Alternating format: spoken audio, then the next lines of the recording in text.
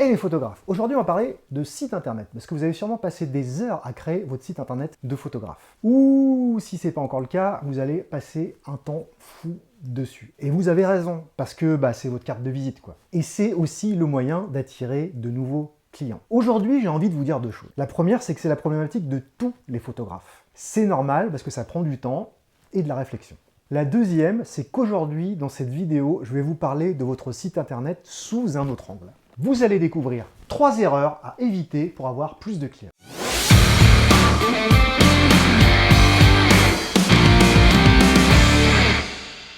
Alors comme d'habitude, je fais une petite pause dans la vidéo pour vous demander de m'aider, de liker, de partager aux gens que ça peut intéresser. Et si vous n'êtes pas abonné, abonnez-vous, vous verrez la suite. Il y a en ce moment une vidéo par semaine, ça sort le jeudi à 18h. Alors l'erreur numéro 1, pour moi, c'est de se mettre en position de faiblesse. Qu'est-ce que ça veut dire? Vous aurez certainement envie d'avoir plus de clients. Et pour cela, il va falloir que vous cibliez votre client idéal. Donc, il faut adapter votre communication en vous adressant à ce client. J'ai déjà parlé de ça dans la vidéo sur les 15 erreurs, ici, ou aussi je l'ai écrit dans mon e-book Photographe freelance, le devenir, que je vous mets le lien dans la description.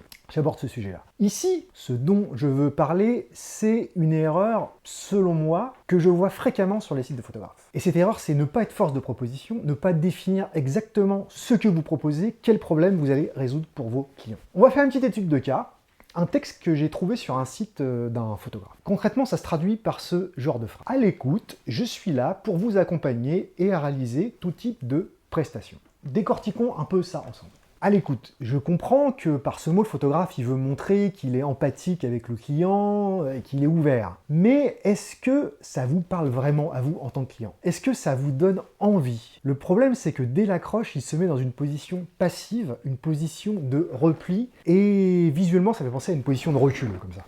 À l'écoute. Alors, la deuxième partie de cette phrase, c'est « Je suis là pour vous accompagner ».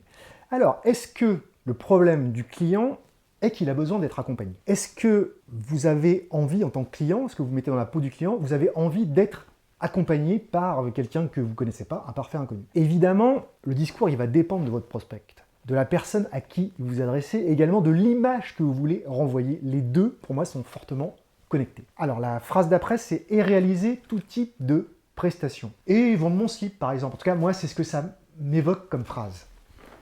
Le photographe veut s'adresser au plus grand nombre, à tout le monde, mais en fait, finalement, il finit par s'adresser à personne du tout. C'est un peu l'effet pervers, c'est l'impression que ça donne de crever la dalle, en fait, d'avoir besoin du client.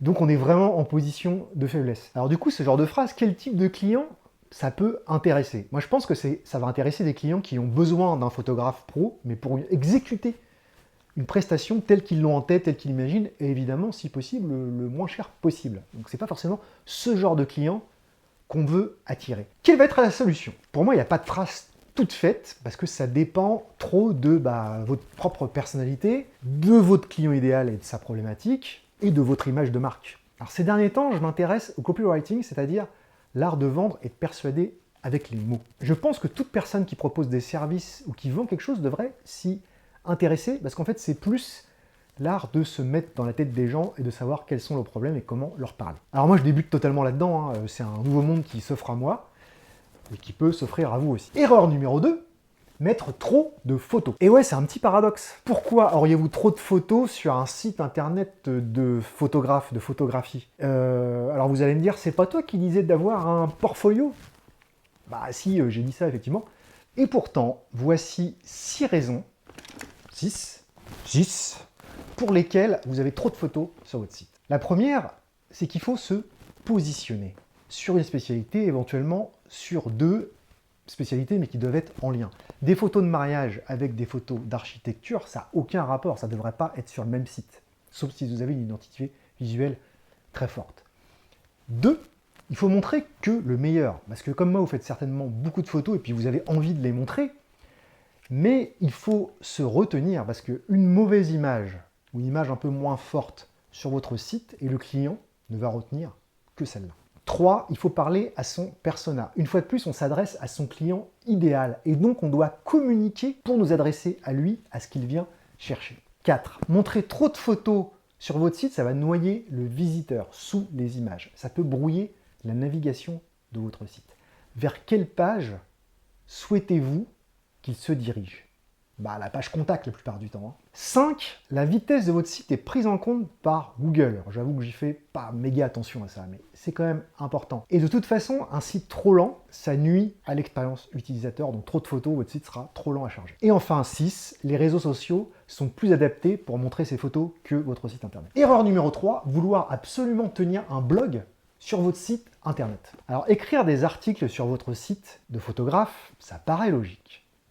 C'est même un conseil qu'on entend très souvent pour attirer ses clients et pour que les gens viennent via les moteurs de recherche. Et c'est un bon conseil.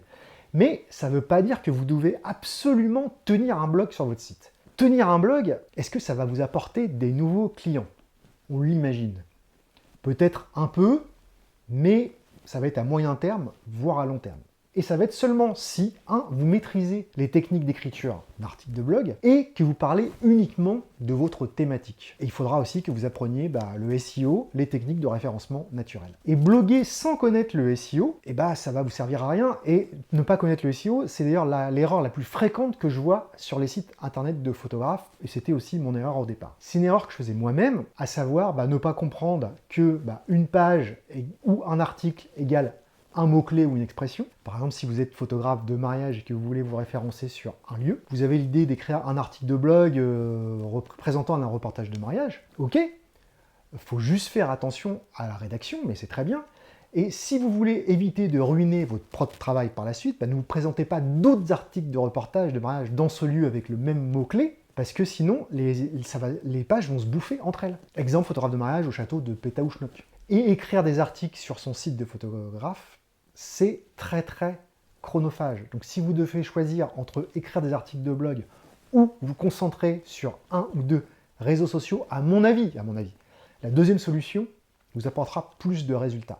C'est bien plus intéressant d'optimiser quelques pages de votre site pour certains mots-clés que de prendre un temps fou à réaliser des articles de blog régulièrement. Vaut mieux passer moins de temps sur votre site, à mon avis, mais être plus efficace sur les réseaux sociaux. Alors, ce qu'il faut retenir, déjà, c'est que j'ai pas la science infuse du meilleur site de photographe du monde. Mais j'ai quand même un petit peu réfléchi. À mon avis, une fois n'est pas coutume, je n'arrête pas de le dire, c'est une question de posture. En tant que photographe, votre site internet, c'est votre carte de visite. Vos visiteurs vont vous juger en quelques secondes. Et il faut donc que votre site soit suffisamment rapide. Et puis, il faut que la personne qui arrive sur votre site comprenne en 2-3 secondes, 5 secondes, allez, on va dire, quel service vous proposez, de quoi il s'agit.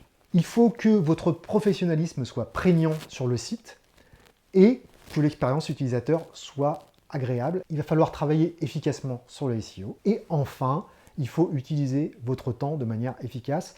Parfois, ça va être plus important de vous concentrer sur un réseau social que sur votre site web. Et encore plus sur votre réseau tout court, je dirais. Merci, au revoir et à bientôt. Je vous remercie d'avoir regardé cette vidéo jusqu'au bout. Pour soutenir la chaîne, abonnez-vous, likez, commentez, partagez.